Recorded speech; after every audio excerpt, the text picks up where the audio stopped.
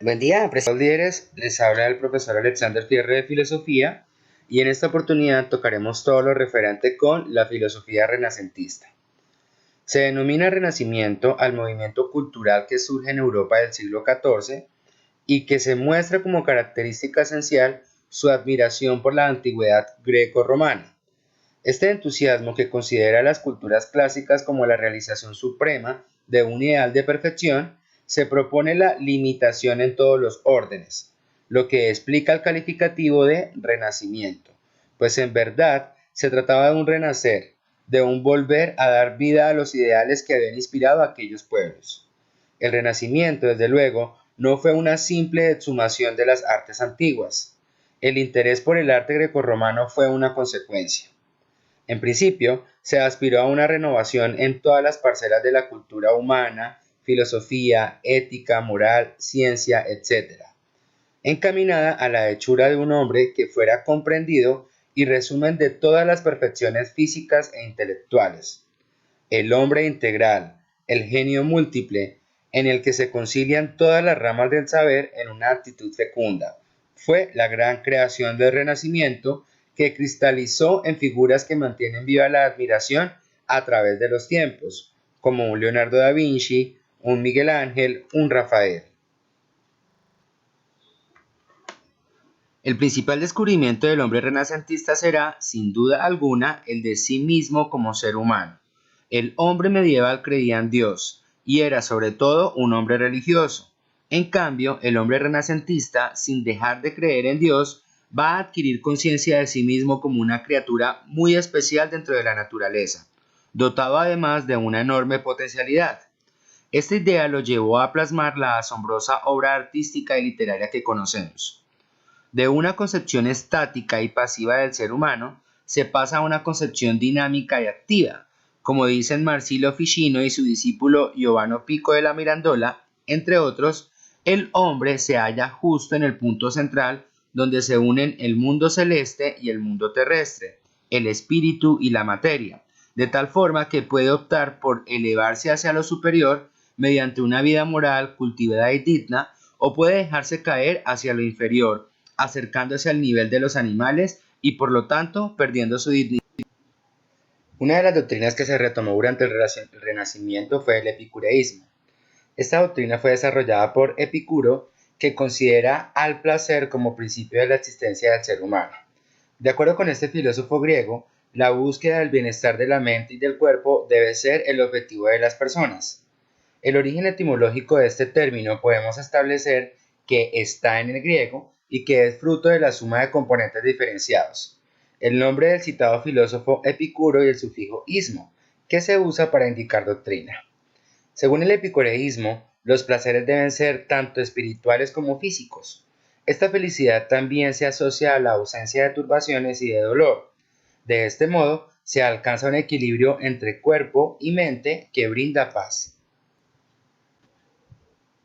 Como estoicismo se denomina a la doctrina filosófica que practicaba el dominio de las pasiones que perturban la vida valiéndose de la virtud y la razón.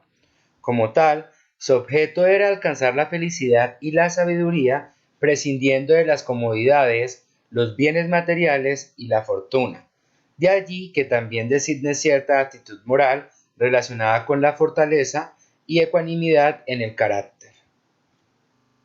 Dentro de los filósofos más representativos en el Renacimiento encontramos a Erasmo de Rotterdam, Michel de Montaigne, Nicolás Maquiavelo, Pietro Pomponazzi, Bernardino Telesio y Santo Tomás de Aquino. Empezamos con el primero, Erasmo de Rotterdam. Erasmo de Rotterdam fue considerado como uno de los principales activistas y pensadores que surgió durante el periodo del Renacimiento europeo. Su actividad principal era escribir cartas a las principales estadistas, humanistas, impresores y teólogos de las primeras 3 décadas y media del siglo XVI.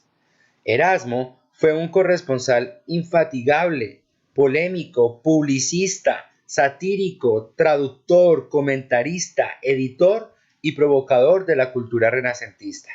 Probablemente fue reconocido y repudiado por su trabajo realizado en el Nuevo Testamento cristiano. Él no fue considerado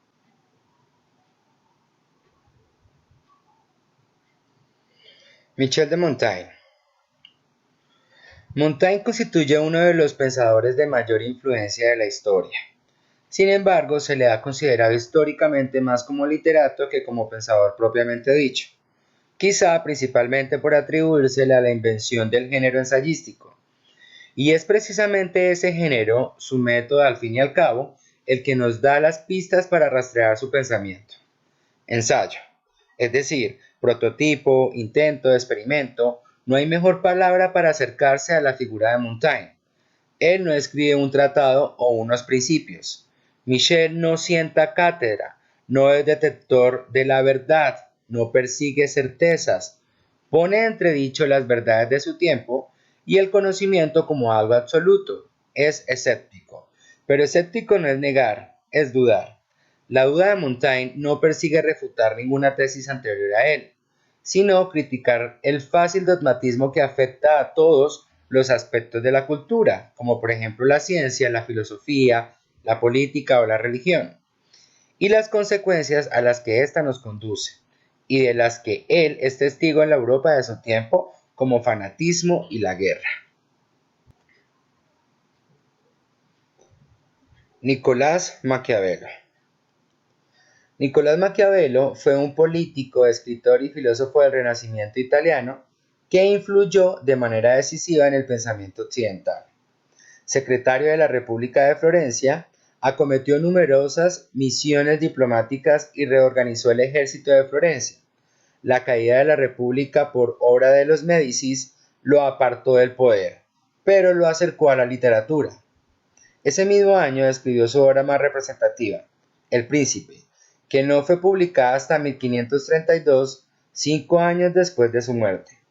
Entre el resto de sus obras cabe destacar Discurso sobre la primera década de Tito Livio, Del arte de la guerra, Historia de Florencia, Fragmentos históricos, así como las comedias La Mandrágora y Clisia. Heredero de la filosofía política fundada por los griegos, se enfrentó a la vieja mentalidad cristiano-medieval al tiempo que ponía las bases de la nueva mentalidad laico-burguesa. Nicolás Maquiavelo parte de los principales sucesos contemporáneos para definir un ordenamiento social diferente al de los tiempos pasados, en el que la razón de Estado tiene como objetiva la mejora de la sociedad y el perfeccionamiento del hombre.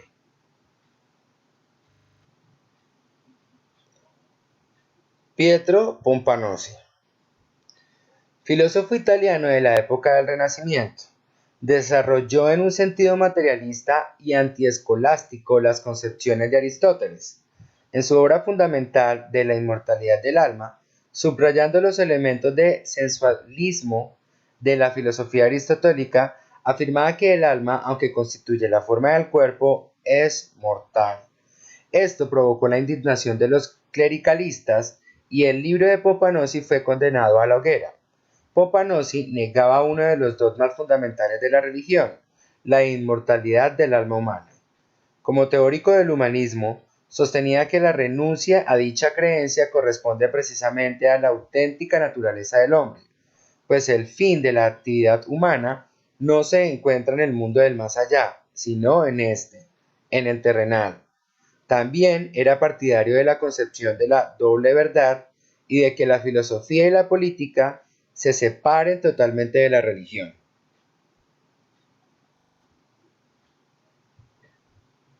Bernardino Telesio, filósofo naturalista italiano de la época del Renacimiento, materialista. Su obra principal fue De la naturaleza de las cosas, donde según sus propios principios propugnaba el estudio experimental de la naturaleza. Subrayaba el significado de los órganos de los sentidos como fuente principal de los conocimientos humanos. Se manifestaba contra el método especulativo silogístico propio de la escolástica. Telesio es uno de los precededores de Francis Bacon. En la interpretación de la naturaleza, Telesio partía de que la materia que llena todo el espacio es un principio tan eterno como Dios. Al igual que los filósofos de la naturaleza de su tiempo, Telesio mantenía ideas ilozoístas. Su sistema de concepciones cosmológicas se reducía a la idea de que el calor y el frío, como principios contrapuestos, y animados que tienden a la autoconservación entran en la lucha por la materia. Entendía que el calor se hallaba concentrado en el sol y el frío en la tierra.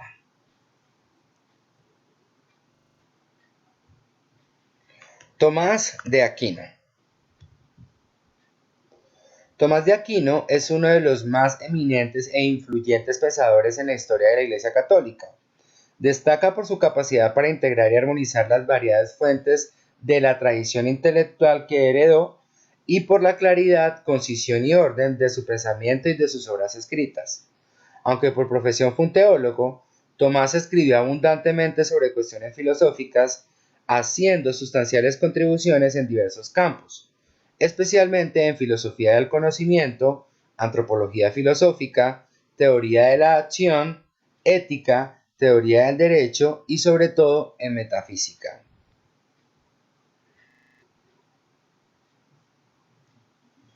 El Renacimiento es una época etimológicamente muy confusa, ya que todo renacer supone morir, y también porque supone llevar consigo todo lo anterior. Sin embargo, no supone acabar de manera radical con la teología, el teocentrismo y el tema de Dios, ya que los esquemas medievales siguen presentes. Sin embargo, ya no son válidos para todo el mundo. Asistimos al surgimiento de una nueva clase de pensadores desligados de la Iglesia, y esos nuevos pensadores tienen una serie de características. Entre las principales características del Renacimiento se destacan los descubrimientos, grandes innovaciones como la imprenta, las rutas marítimas, la conquista de nuevos continentes, entre otros, que generaron una predisposición a nivel masivo para aprender y explorar. Segundo, el racionalismo. La fe se vio cuestionada y creció el interés por adquirir nuevos conocimientos basados en la razón que pudieran explicar la realidad dejando de lado el dogmatismo de la Edad Media. Tercero, el humanismo. El hombre se consideraba el centro del universo y el fin último de la creación.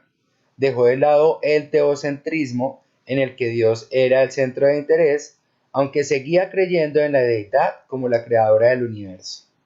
Y por último tenemos el concepto de la naturaleza.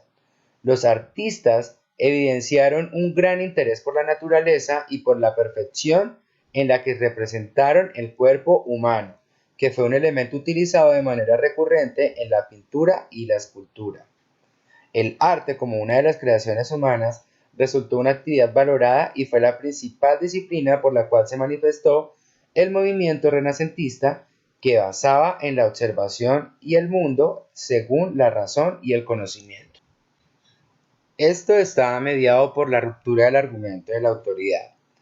Cuando en la Edad Media había un conflicto teórico, no se recurría a la naturaleza u observación empírica para ver qué datos nos proporcionaban, sino que se recurría a una autoridad teórica, según Aristóteles. Es decir, lo cierto era lo que decía la autoridad por mucho que otro tipo de aportaciones lo negasen. Los pensadores renacentistas piensan que Aristóteles no tiene la última palabra. Si no hay nadie a quien recurrir para obtener la verdad, hay que hacer caso de los sentidos, de las observaciones empíricas, lo que observamos en el mundo también vale.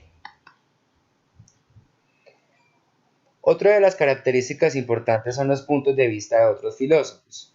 Ya no solo se toman en cuenta a Platón o Aristóteles, sino que recurren a otros textos antiguos como los de Arquímedes o Euclides, es decir, aquella otra antigüedad que se había dejado de lado, y permitiría hallazgos fundamentales como por ejemplo la física gracias a Arquímedes. La naturaleza toma importancia. Hasta ese momento se creía que la naturaleza era como el mundo sensible de Platón y lo que importaba era el estudio en abstracto. Con el Renacimiento asistimos a la recuperación de la naturaleza en su sentido físico, la cual debe ser estudiada en sí misma y por sí misma. Y por último tenemos la importancia de los experimentos para el estudio de la naturaleza. Para estudiar la dureza de la piedra, el proceso por el que la nieve se vuelve agua, etc. Para hacer experimentos se necesitan cosas, instrumentos adecuados, artilugios fundamentales como el telescopio.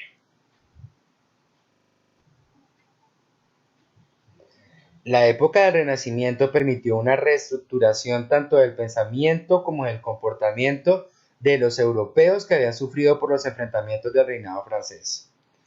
Del Renacimiento surgen muchos poetas, músicos, pintores, científicos y profesionales en distintos ámbitos que en la Edad Media no eran reconocidos como trabajadores, sino que se ganaban la vida de forma esclavizada originado por los reinados.